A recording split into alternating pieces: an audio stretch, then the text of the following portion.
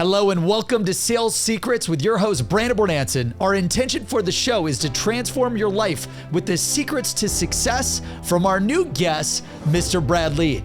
Brad Lea is the founder of Lightspeed VT, the author of The Hard Way, the host of one of my favorite podcasts, the Dropping Bombs podcast, creator of closerschool.com, famous speaker, world-renowned thought leader. I've been following this man since I started in sales a decade ago, training on his tech company platform called Lightspeed VT. He's helped change my life and he will help change yours, so listen up. I'm also a customer of his great tech company. That's how much value this guy brings and his company brings to all of you. So get ready, community. We're gonna dive in. Brad, we're honored to have you on the show today. Thank you for joining us. Dude, I'm honored to be here. So you're famous. You've got all these companies. You've worked with the top celebrities in the world. Sales Secrets is all about, what are the secrets? Like, how did you get started doing this, launching this company, and where you were to where you're at today? Like, walk me through that origin story. Well, that's a long story. I started in 1999 before anyone was training online. So when I began, there was no online training. And ultimately, I was running a car dealership. I helped a guy in the back that was making minimum wage by bringing him up front, teaching him how to sell, close, influence. And I always had the knack of developing people. So I could pull someone out of a McDonald's or a Foot Locker and turn them into a badass salesperson. And so this guy was cool, Mexican dude, great wife, great kids, but every time they'd come in, they were a little bit quiet and reserved and almost shy. And I said, let me show you how to sell. Let me bring you up front. Because he was a lot porter. He was washing the cars. Hardest working dude there. Wow. Made the least amount of money. Isn't that always the case? Always. So I'm like, bro, if you want to succeed in life, you're going to have to sell something. You know, let me show you how to do it. So I showed him how to do it, and it literally transformed him and his family. And it was just, miraculous to watch. And I thought to myself, man, I need to do this for a living. So I quit my job and I went out on the road to try and teach people sales, closing, influence, persuasion, things of that nature. And ultimately, in the first 3 months of doing it, I didn't get the results that I had gotten in the past. And I couldn't figure out why. I was saying the same thing. I was doing the same thing. And I'm like, for some reason, people aren't kicking ass anymore. Like, it was mind-boggling. So I decided just to kind of go back and think through what I did before versus what I'm doing now so I could determine what the hell the problem was. And ultimately, I found 4 key ingredients to basically training. It's good content, number one. You got to have good content. You got to know the right thing to do in the first place. But good content, repetition, practice, and accountability. See, when I was working and bringing people out of Foot Lockers and producing kick-ass salespeople, they were working for me. I was giving them repetition, practice, accountability all day, every day. And that's what was developing them. I didn't realize that. I thought it was just what I was telling them was so magical that's all it was. So when I went out on the road, started my own business, I was just doing the good content. There was no repetition, there was no practice, and there was no accountability because I was only there as a guest trainer. So I figured if I want to continue to do this, then I'm going to have to figure out how to deliver repetition, practice, and accountability. And I didn't want to live out of a suitcase, so I invented an online delivery technology that allowed me to pop up online and deliver the same information, the same good content, but this time with repetition, interactive tests, role play, and it tracked everything. So I could see who's training, who's not, who's confused. That role play part is my favorite part, by the way. Yeah. So I mean, the content's amazing. Like the way that you could upload the content. I love the real role plays. My reps love that. So I had to emulate what I was doing in real life because, in real life we ask questions, and when they answer you, you say different things than if you answered differently. So that's where the interactivity came in. Well, because there was nothing out there, I had to create it. So basically I found a tech company and explained what I wanted. And, basically close them on doing it, which is funny because they gave me an invoice for, a lot of money, 7 figures, which I didn't have. Jeez. And so I closed them on, if you build it for me, I'll go out and sell it and we'll make a fortune. So I got them to agree. So they built the first version for me with no money out of my pocket, thankfully. And it started working, and it started freaking, producing some kick-ass salespeople again. But and you, for real quick, so this was probably the biggest sale of the company at that time, because they're giving you a quote to build the tech, and you're like, I don't have the money. I got to sell them. Did you have to do a rev share or give them a portion of the company? How did you? Yeah. How the hell do you sell them to do that? I promised them a piece and the money back. So I said, I'll not only pay you your money, but I'll also give you 20% of the company. Wow. So they were like your VC or angel or investors. Whatever. I mean, kind of, but no, they didn't come up with any money. They just delivered the product, the initial product. So you could look at it like as an investor, yeah. So I closed them on doing it, and then ultimately all I did was took my content, filmed it, dropped it in the system, got it to work, and then I went out and started selling that. And then it started working. Well, then I ran into people saying, well, we use, Brian Tracy or Zig Ziglar or John Maxwell or Grant Cardone or Joe Verdi or Tony Robbins, Tom Stuker. Like the list goes on and on, all these big name trainers. Yep. And I thought to myself, well, I'm way better than all of them, so you should hire me. And they're like, we really like these guys. And I thought to myself, I can compete or I could collaborate. So I said, let me ask you a question.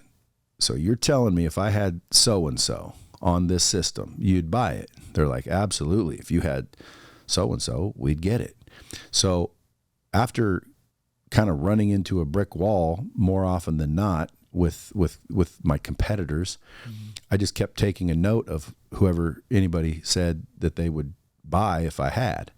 So then I just turned and started finding those guys. Grant Cardone, Tony Was that Robbins. A hard pivot to say, hey, I'm an expert salesperson. I'm not going to compete. I'm going to partner. Not at all. Wasn't a hard pivot at all. It was in my mind, the obvious answer. Like genius. Like, not genius, the opposite of genius. Okay.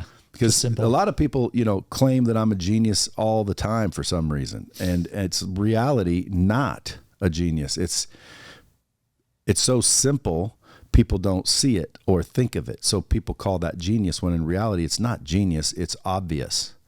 If you came to me trying to sell me something and I'm telling you what it is I would buy, why is it genius that you go get what I want? That's genius? No. That's freaking common sense. Mm-hmm. So they kept telling me, I want this guy, I want this guy. So I said, fine, I'll go get that guy. So I looked them up. They had offices, they had phone numbers. They were out trying to train people too. But I knew that they were doing it the way I was doing it, which is inefficient. They were traveling around, holding their seminars, their little workshops, their live events. And I knew that is not training. And that was like selling CDs and, right? Like CDs and workbooks while training live, because there was no you invented digital training. Yeah. Well, I wouldn't say I invented it, but I would say I started it. Because the internet is the internet. So I didn't invent the internet.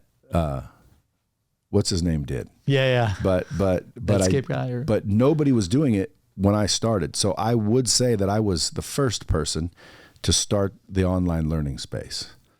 So, but again, I didn't, maybe there was somebody out there, I don't know, but no one publicly and like advertising and like, oh yeah, I just use such and such as platform. So I built my own platform, and then I went to these guys and I said, hey, listen, I know customers that want this system right now. People are paying me right now $2,195 to set this up and $1,295 a month. And all I'm doing is giving them passwords so they can access my training, go through testing, role play scenarios, and ultimately I get to stay home with my kids. Meanwhile, I've sold 63 dealerships, this for $1,200 a month. And now I'm running into all kinds of them that are, wanting you. So why don't we take my name off and take my training out, and let's put your name on it and put your training in it. And I'll tell you exactly where to go to get customers. And they started thinking about it, and next thing you know, boom, they're like, how much is it? And I said, well, listen, I'll tell you what, I'll charge you very little up front to make your content for you, and because, you know, we had cameras, et cetera. And then I'll just take a little sliver to deliver, a little fraction. Sliver to deliver. Yeah, a little fraction of the action. Oh my gosh. A little tad because I'm Brad.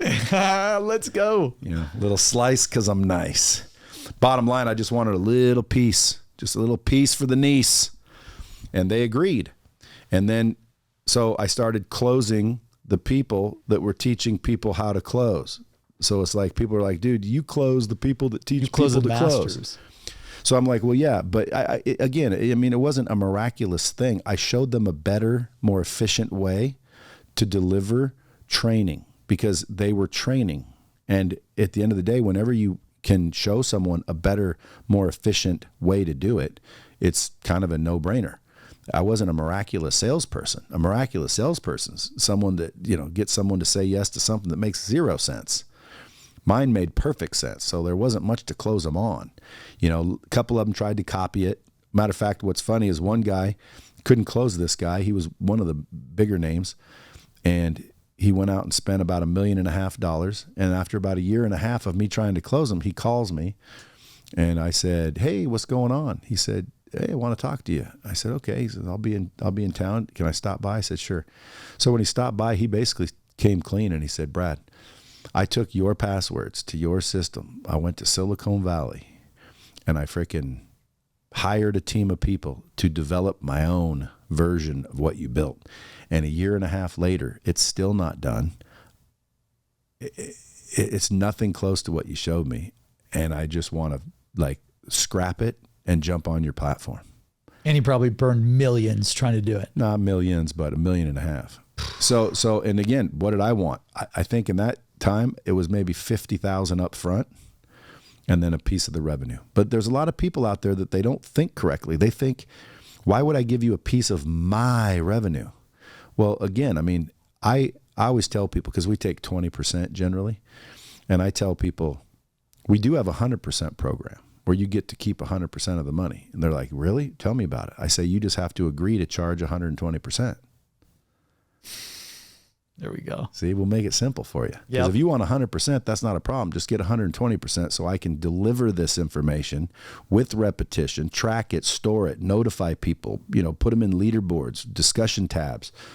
Like, our system is not just a hosting solution. A lot of these training companies out there, they're just using hosting solutions to host their videos. Well, Lightspeed is not a video hosting solution. It's an interactive multi-million-dollar training and communication platform. It's designed to actually get people to learn what's in it. It's the only one out there that does that, but it's the only one out there that's interactive as well. But long story short, I went out and closed, you know, Grant Cardone and Tony Robbins and Brian Tracy and Zig Ziglar and all these badass big name speakers and trainers. And then they started going out and knocking on doors, closing all the business. And I just, you know, continued to knock on doors and close mine. Well, eventually we started running into the same people. So I'd get a phone call and they're like, "Hey, my customer just canceled mine and has bought yours," they said. And I'm like, "Oh, cool." And they're like, "Well, that's not cool. You know where all my customers are. How do I know you're not out selling them?" And I said, "Well, that makes sense. How about I just stop? You know, I'll just support you guys." So I said, I'm not even going to try to be the trainer anymore. I'm just going to support the trainers. So I just focused on building the technology and supporting all the big name trainers in the world. And that grew the business to, you know, millions of dollars, and everyone calling me a genius. When it really, again, it wasn't really that genius. It was pretty much common sense. I love this story. Who was the hardest close that you in this space that you had to work on? And then who is like the fastest close? You know, I mean, what's funny is I have a lot of big name trainers, but I also have a lot of trainers no one's ever heard of before. So it might be one of those, but the one that took the longest was probably Tony Robbins or Grant Cardone. Now, Grant Cardone, it took about 4 years to close him. 4 years. Yeah, wow. because I don't think he really understood Like, I thought he was playing dumb to get a better deal, but he wasn't. He just didn't understand. And I'm like, dude, what don't you understand? Like, right now you're going out in person, you're traveling around, you're on the road 250 days a year. You know, your wife's probably going to leave you. You got a kid coming. Like, dude, this allows you to deliver the same information virtually, track people, practice with people, even though you're sleeping. And then he just, people want to train in person. I'm like, dude, trust me, they don't. And then he was making a lot of money in real estate at the time. So he really wasn't focused on training. He was using the training business to fund his real estate passion. So he was making a ton of money in real estate, and it didn't really bother him. Well, I forget what year it was, maybe let's say 2008, Lehman Brothers and all the, crash that happened. Mm-hmm. And he freaked out, called me and said, okay, dude, I'm ready to do it. So that took about 4 years. Unbelievable. Was there something that you did that finally just... No, he got scared. Just the Lehman Brothers collapse, losing half his business and whatnot. He got scared and he realized, holy shit, dude, this whole real estate thing isn't what I thought it was. And I could literally be bankrupt tomorrow. I better focus on, diversification, and I need to focus on getting more streams of income. And when it comes to selling content to companies and individuals, they're paying you every single month to train, and the system's doing most of the work. So literally you could sit at home and have, 1,000 companies pay you $1,000 a month. You're making $1 million a month, and it was for what you built. There's a very low overhead, or, the deliverables are very easy. You go into a studio for a week and virtualize everything you would have said in a real life seminar, add the interactivity, the testing, the role play, and bam, like, what's the difference? So people could literally learn better online than they could in person. Wow. So again, I solved my problem by developing the technology. Then I solved the dealer's problem by going to get these guys. I solved their problem by getting them off the road and showing them how to scale their businesses, because they're hard to scale if you're doing it live. And then I solved the company's problems. I just didn't realize it. But when you look back, you go, what'd you do? Well, I just solved a whole bunch of problems for people. And that's really how you get successful, is you just solve problems. Like when it comes to sales, people always want me to teach them sales. First thing I teach about sales is to stop selling. People are like, what? What do you mean? I'm like, dude, we all have vibrations, right?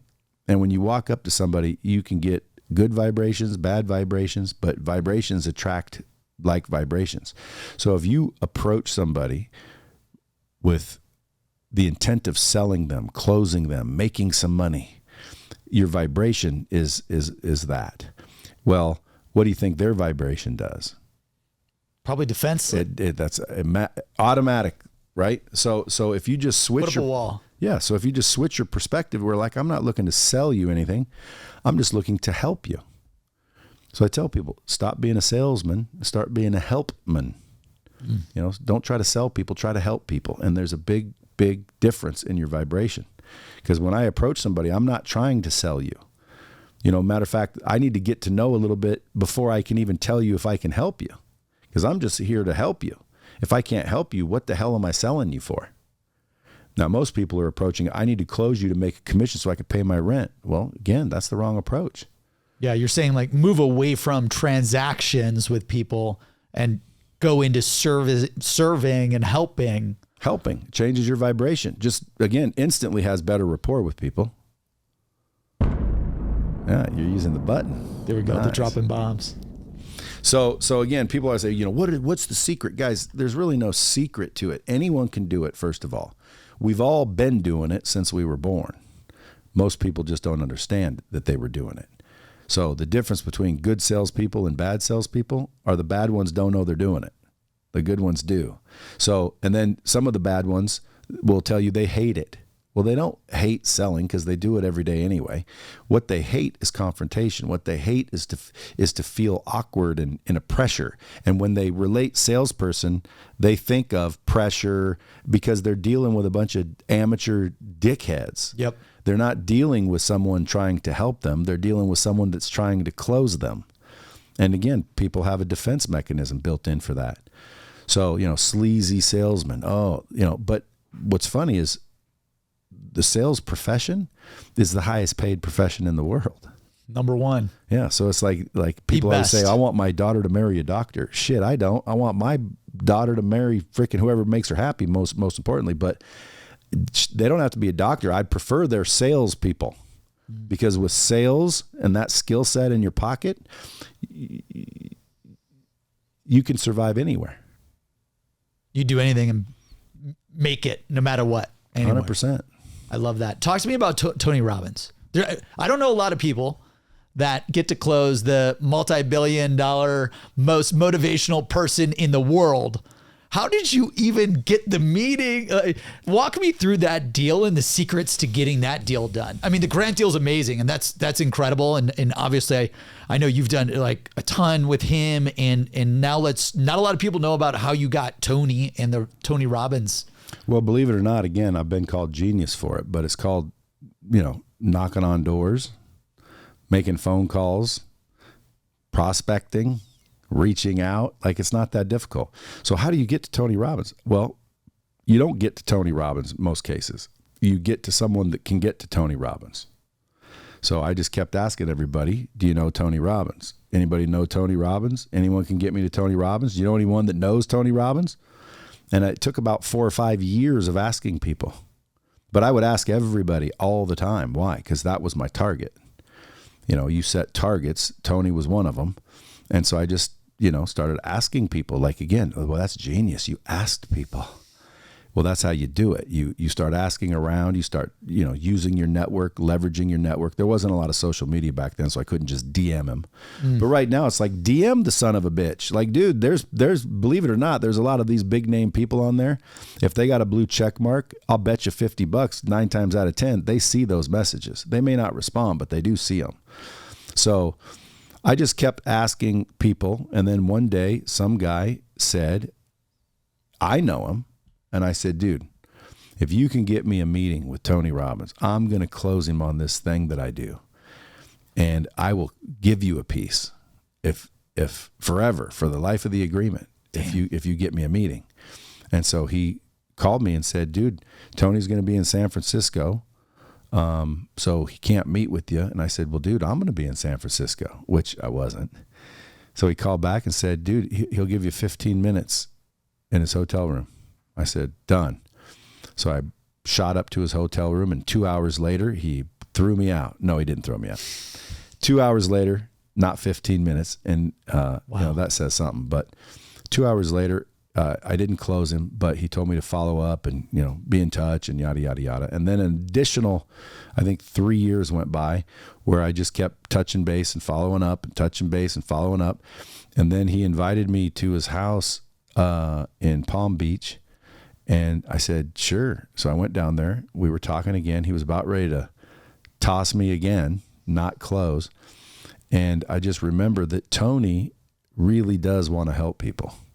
And I said, how many people come to these live events? And he said, about 10,000.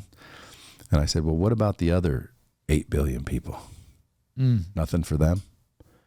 And he looks at me, and I knew that I got him to think, and he goes, pierced right in his heart. Well, Brad, I got to be honest, 20% is a little steep.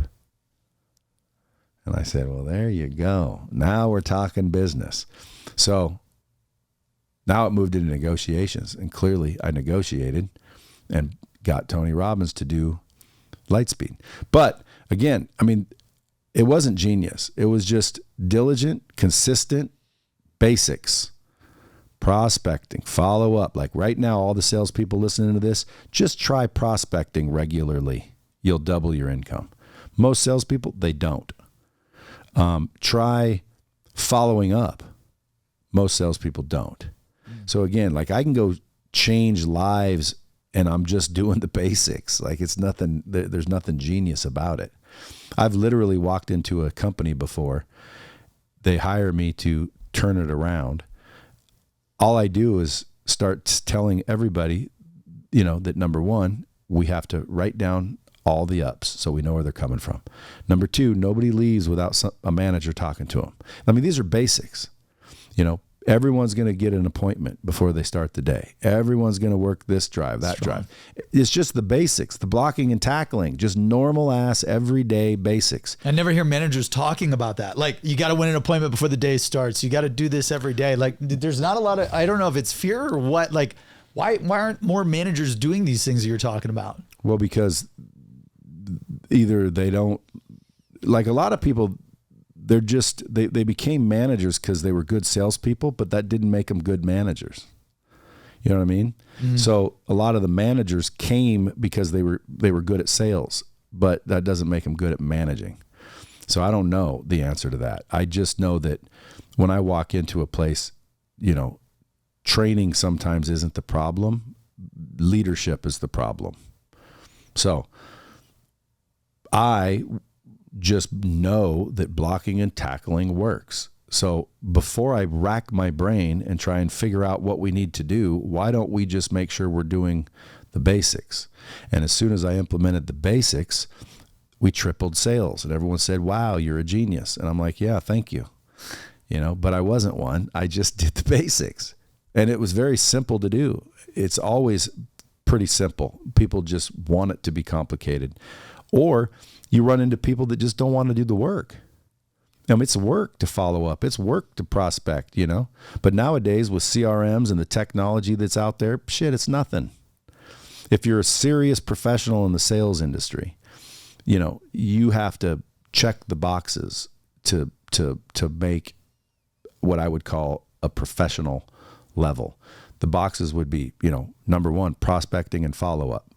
Most people don't do those. They'll say they do them, but they don't do them. And when it boils down to it, the more hands you shake, the more money you make. Another bomb. And that's the bottom line. Like people, like salesmen all over the world, like, how do I make more money? Make more relationships. Shake more hands. What do you mean? Can't be that easy. It is that easy. Every sale you made was from a relationship of some kind, right? Oh, yeah. So if you want to make more of them, why don't you just get more of the source, which are relationships? Well, what do you mean? Like, introduce yourself. Go out and start posting in Facebook groups. Go out and start hanging up flyers everywhere you go. Tell people who you are and what you do. Introduce yourself. You know, build relationships. They're easy to do. But most people are like, well, yeah, I don't really understand. Well, that's because you're trying to find something complicated out of something that's simple. And these long sales cycles, 3, 4, 5 years long, right? How do you do follow-up? That's not a sales cycle. Relationship, right? Or what do you mean? Well, I mean, again, you know, I've closed people in a day before, so 5 years isn't my sales cycle. Got it. I probably would have given up if everyone took 5 years to say yes. But what are some secrets to follow up? I just followed up for 5 years, which is the basics. You know, I've left people messages to buy houses. I don't get a call back. I've left people messages to go appraise property. You know, I'll give them a couple $1,000, go appraise the property. That's what they do for a living. Nobody calls me back. Someone calls me, asks me a question. I say, I don't know. Let me think about it. Call me this weekend. They don't call this weekend. Like, dude, it's just a lack of follow-up. It's stupid. Lazy. It's mind-boggling. And then they want to make more. You know, everybody wants to make more, but they don't want to do more. See how hard that is? You know, if you want more, do more. There's 3 things. You do more, you get better, and then you scale.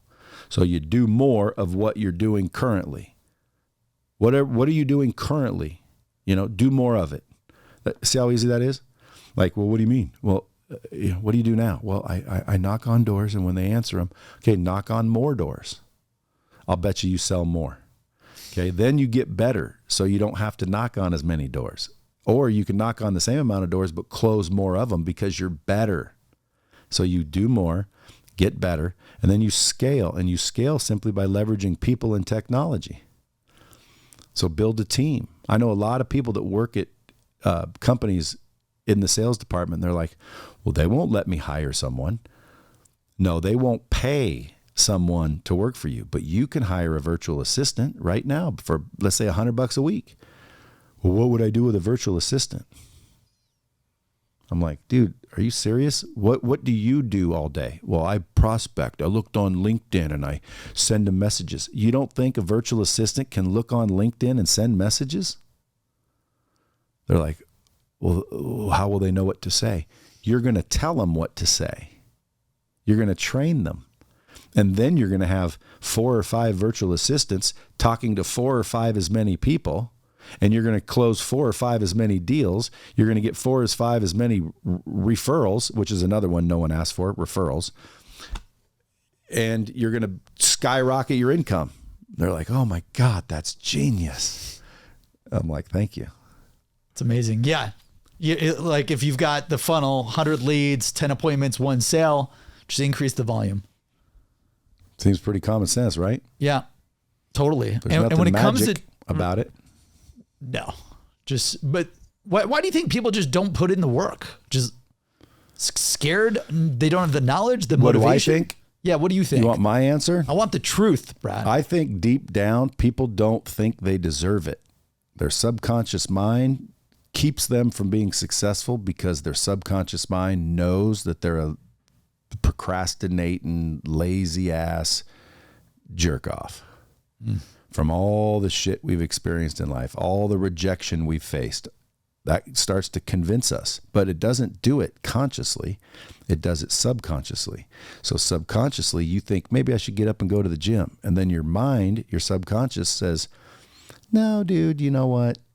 You worked hard enough. You should probably just chill. Your friend wants to go fishing. You should maybe think about going fishing. That sounds fun, doesn't it? When you know, shit, I should be prospecting. So we know what to do. We just don't want to do it. Why? I believe because deep down, we don't think we deserve it. We don't deserve it. So like when you go to the gym and you work out, most people are like, oh, dude, I hate working out. That's because you don't think you deserve it. It's like, what, I deserve punishment? That's not punishment. That's the work required to get the result that you're wanting. So you do deserve it. You deserve to work out. You deserve to prospect. You deserve to thrive. But you don't believe it deep down, subconsciously. How have you trained yourself to not let these limitations hold you back? Well, I don't acknowledge the limitations. You know what I'm saying? You have to acknowledge them to give them any power. Ultimately, I'm not a, delusional fool either. Like I could fly. No, you can't. But I could get a jet and fly. But at the end of the day, just use common sense, man. There are no limits unless we put them there. Like people told me when I dropped out of high school in the 11th grade that I was going to amount to nothing. I'm going to be broke. I'm going to end up in jail. They were projecting their fears onto me. It obviously isn't true because that's not what happened. But as long as I didn't believe that, then it's possible, right? So when I dropped out of school, everyone said I was crazy. Well, bro, a lot of people that stayed in school and went to college are now working for guys like me.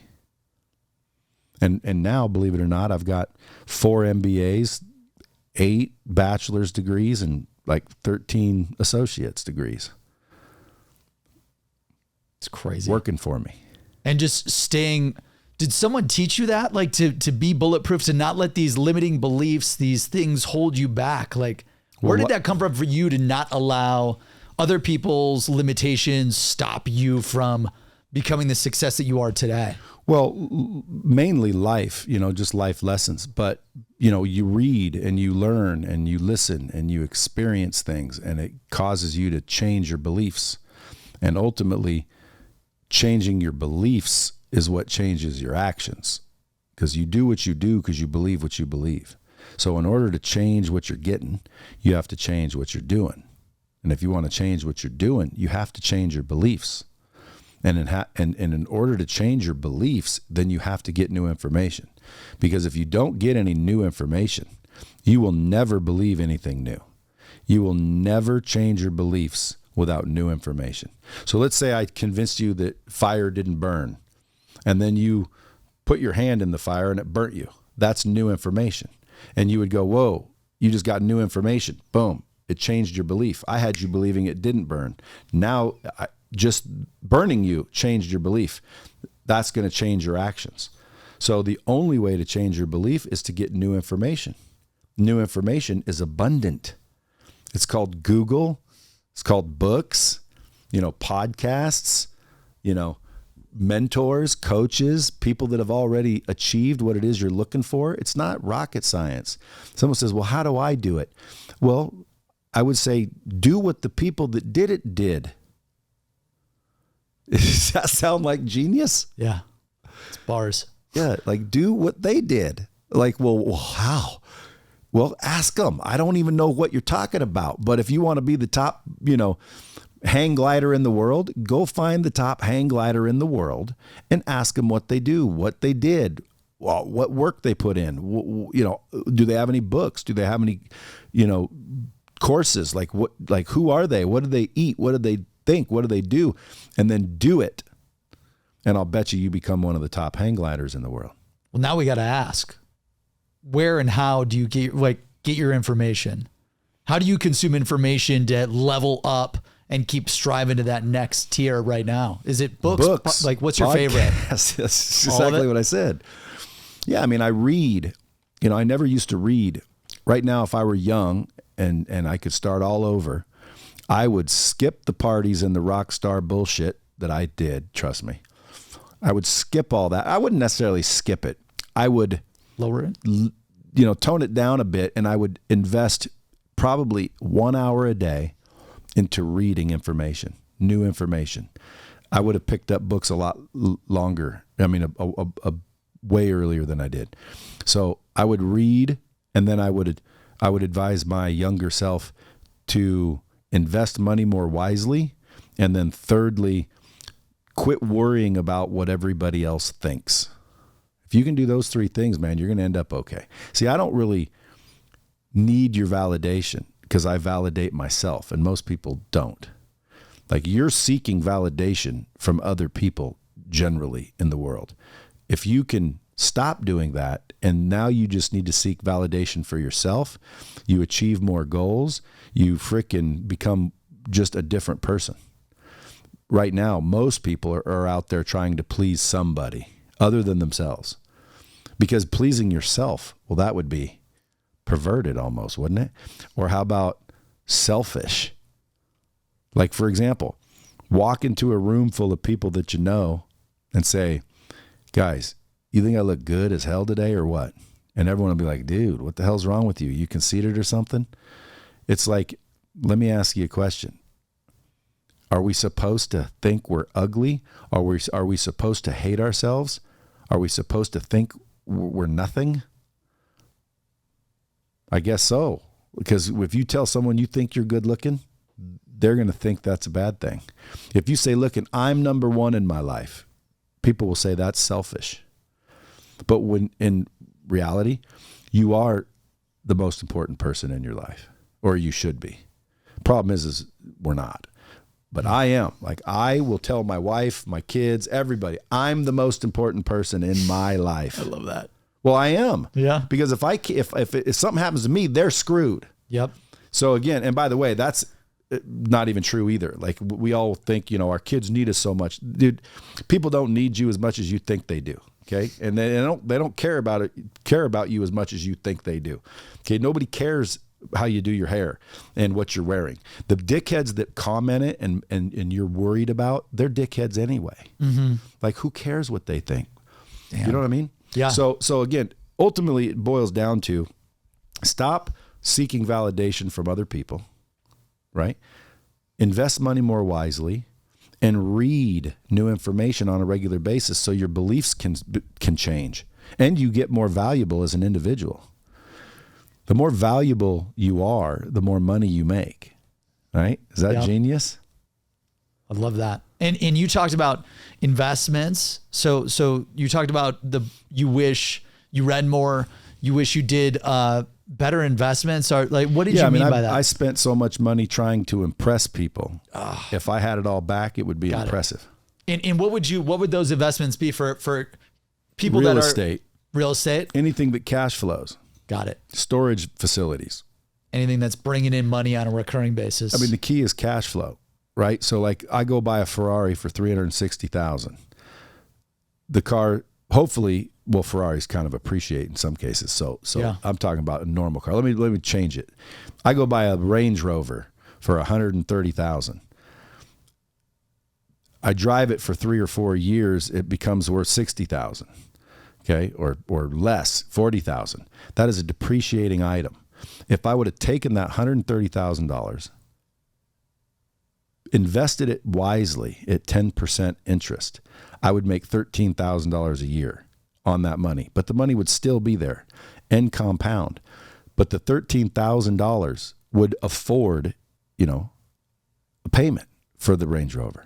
So instead of paying $130,000 for a Range Rover, saying, hey, it's paid for, free and clear, I could invest the $130,000, take the money that I'm making from the investment and get a Range Rover for free. Or better yet, pass on the Range Rover. Keep driving the shit car, let the $13,000 stack up, and in 10 years you got $300,000 doing the same shit. So the whole trick in life is basically to take your money and put it to work to make money. And you keep doing that as you get older. Pretty soon, you've got a massive amount of money that makes, even a little bit, a bunch of money. And for years, I didn't understand that. So I just kept thinking, you're rich when you make a bunch of money. And that's not true. You can go broke very easily. So if you make a bunch of money and you seem rich because you got the jets and the cars and the houses like I did, but there was nothing passive, like there were no investments, man. That's just you're earning money. What happens if you stop earning money? So I always tell people, if you want to see how well off you are, pretend you stop working. How much money would you make every month? And if the answer is 0, which most people, the answer is 0, that's what you're worth. So if you wake up now and start investing instead of blowing the money, you start investing the money. It might take 10 or 20 years, but let's say you're 24 right now. When I was 24, I was blowing money like an idiot. But if you were 24 right now, in 20 years, you're only 44. And I know that sounds old to a 24-year-old, but dude, it isn't. Like right now, I'm 53. I feel like I was 30 a year or two ago. Wow. And I don't feel old, and I don't think I look that old, but at the end of the day, I am that old, which means you will be too if you're lucky. So you're going to be 50 one day anyway, even if it is considered old to you. So would you rather be 50 and have 20 years of investing properly, or would you rather be 50 and go, damn, Brad was right. I'm a broke son of a bitch. I better get busy. So fortunately, that's what I've been doing the last couple of years, is getting busy, starting to make investments. But all my investments, whether it's businesses, they're all cash flow focused. And if you don't have a lot of money, guys, what I would recommend is that you spend the money developing your skill set. Because when it boils down to it, dude, mindset, skill set, habits, those 3 things are why you're broke or why you're rich. Same thing. Wow. Mindset, skill set, habits, Period. MSH. Period. So good. But that's it. Like, dude, somebody wants to know the source of their problems. It's their mindset, their skill set, or their habits. If they want to find the reason for their success, it's their mindset, their skill set, and their habits. Your habits can make you, your habits can break you. And that's what's crazy is like, dude, that's not rocket science. That's pretty simple shit. You want to be in shape? Eat right and work out. Huh? You want a better relationship? Stop being a dick. Huh? How about that? Right. You want to make more money? Meet more people. Like, dude, it's not rocket science, but we all want to think that it is. You know why? Because it might make us feel better that we're not already successful. It like softens the blow. Because if it was easy, now I'm a real loser. Right? I'm a loser if it's easy. So no, it can't be that easy. And it is that easy. Every salesman on planet Earth listening to this, you can do more than you're doing now. You can get better, and you can scale. So if you just do more, get better, and scale, you'll skyrocket your income. That income will now be able to be invested. Because the whole trick of getting out of the rat race is having a good amount of money to invest. A lot of people are just living paycheck to paycheck. You can't get out of the rat race that way. I know people that make $30,000 a month, decent little income, and they're spending $30,000 a month. So how much do they have to invest? Zero. So they could make that for forever. 10 years. Everyone would look at him and go, man, this person's successful. They got the house, they got the car, they go on the trips, they got the watches. They're badasses. And in reality, they lose their job. All that shit's going bye-bye because they have no more income. Well, if that person would have basically passed on all that shit, took all that money and invested it, now he loses his job and he could still have that shit paid for month in, month out for the rest of their life. Damn, I love it. So we're about to go into rapid fire Q&A, and I know we're running tight on time here, but I got to ask this. Your following has grown exponentially since you launched Lightspeed VT, right? Obviously over the past 2 decades. And how, the third secret that you mentioned in our conversation was not letting the negativity and the people slow you down. Like, it is very difficult. The audience always says it's hard to not let people tell us to stay small. Don't do this. You're not good enough. Like, how do you stay bulletproof? Like, how did you stay bulletproof to keep going bigger and bigger and bigger and bigger? Well, dude, first of all, I quit using language against myself. So like, number one, you should read the 4 Agreements. You ever read that book? I personally haven't. No. You should. So people should read the 4 Agreements. Number one is, not number one, but one of them is be impeccable with your words. Words are literally magical. Like words have power, and our words will cause things to happen. So when you say it's hard to not let people, you're telling yourself it's hard. You're reaffirming that it's hard. It's not hard, dude. It's a decision. Do you find it difficult to make a decision? Yes or no? Do you? Me? Yeah. No. Okay, so then it's not hard because it's easy to make a decision. Well, that's what all it is. It's a decision. I'm not going to listen to this dick. Like, who the fuck is this guy? Who the hell is this guy? Yeah. Why am I listening to this clown? Like, and then people say, well, you got to be condescending. No. You don't have to call him a clown. You can have, I'm not listening to my dad. Why? Well, my dad is a blue collar worker. I'm not going to listen to a blue collar worker about getting rich. Why? Because they're not rich. I'm going to go listen to someone rich. Why? Well, because they're rich. Like, again, folks, it's not rocket science. Stop making it hard. Stop saying that it's hard, because your mouth, your tongue, your words will affect you. And most people don't realize that. When people say, like, I'm trying to lose weight, you're not trying to lose weight. You're either losing weight or you're not, right? You either are or you aren't. Skills going up or down. Right. But you're not, again, you don't try. So stop saying try. Start telling the truth. Stop bullshitting yourself. Stop harming yourself by using words. You know why you spell words? No idea. Because to communicate? They're spells. Well, you spell a word. You're like seamless. How do you spell seamless? It's spelling because they're freaking magical. Like, I'm telling you, it sounds,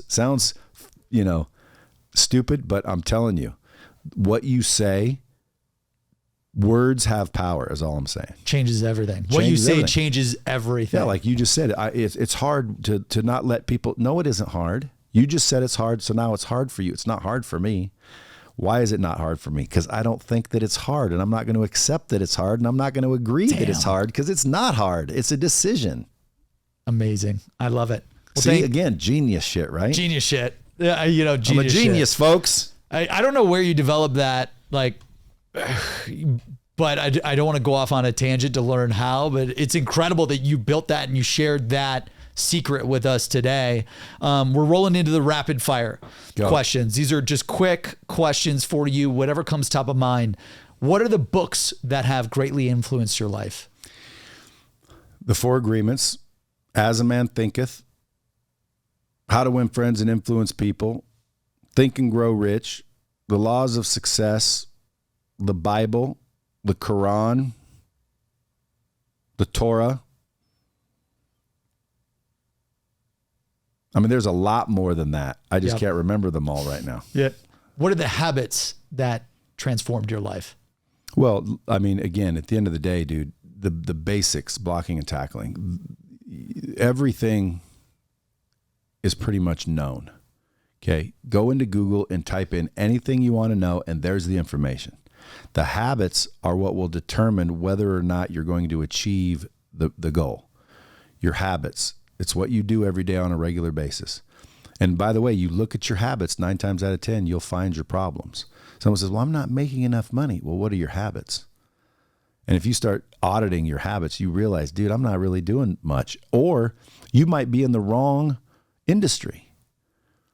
Like you don't find car salesmen making $10 million a year. So if your goal is to make $10 million a year, but yet you're working at a car lot, it's probably not going to happen as a car salesman. You might get your start there. I think selling cars is an awesome boot camp for people, but you might be selling the wrong thing. And people don't want to change. They don't want to risk, which is stupid because, folks, why are you so afraid of letting go of what you have if you don't want it? You see what I'm saying? Like so many people are afraid to let go of what they have to try and get what they want, because if they don't get what they want, well, then they'll lose what they have. Well, do you want what you have? Because if you wanted what you had, you'd be happy. You know what I'm saying? Yeah. It makes zero sense. You have to literally understand one thing. Your new life will cost you your old one. Wild. What are the failures that taught you the most about life? There's just so many. I'd say grab my book, The Hard Way. There'll be a sequel to that one. I love it. But, there's just so many. I mean, what was your biggest failure?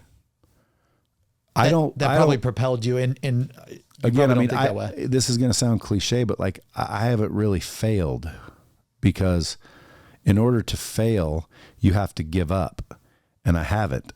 So like some people say, well, I thought you wanted to be a movie star. I'm not done yet. Okay. Failing to me is when you give up, and I don't. So I might be temporarily,